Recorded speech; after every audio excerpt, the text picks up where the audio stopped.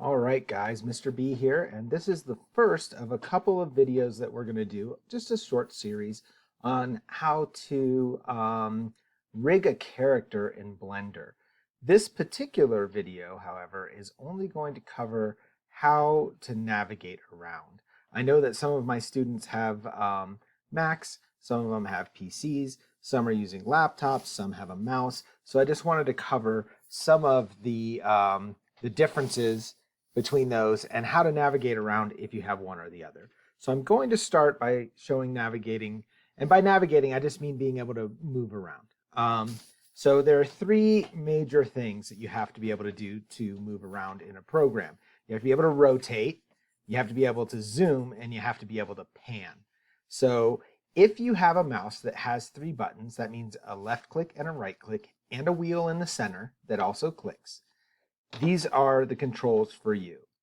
In order to rotate around the object, like I'm rotating right now, you're going to click the center wheel, hold it down, and drag left and right or up and down in order to rotate around it. If you want to zoom, you'll simply roll that middle button, the little wheel. Now, panning is a little different. Now, panning is important because if you're zooming in and out and the object you want to work on isn't in the middle, you need to pan. So with a three-button mouse, you're going to hold Shift down and you're going to click with the middle button and you can pan left and right. See how that changes what's in the center? There you go. All right, so that's with a three-button mouse. Now, this next one is for those of you who have a Mac or might be on a laptop. In order to rotate, you're going to hold the Alt key down on your keyboard, and you're going to left click, and you can rotate around by dragging up, down, left, and right. If you want to zoom, you're going to hold down the Control key with the Alt key, and you're going to click to zoom in and out. And this is just moving up and down to zoom in and out, okay?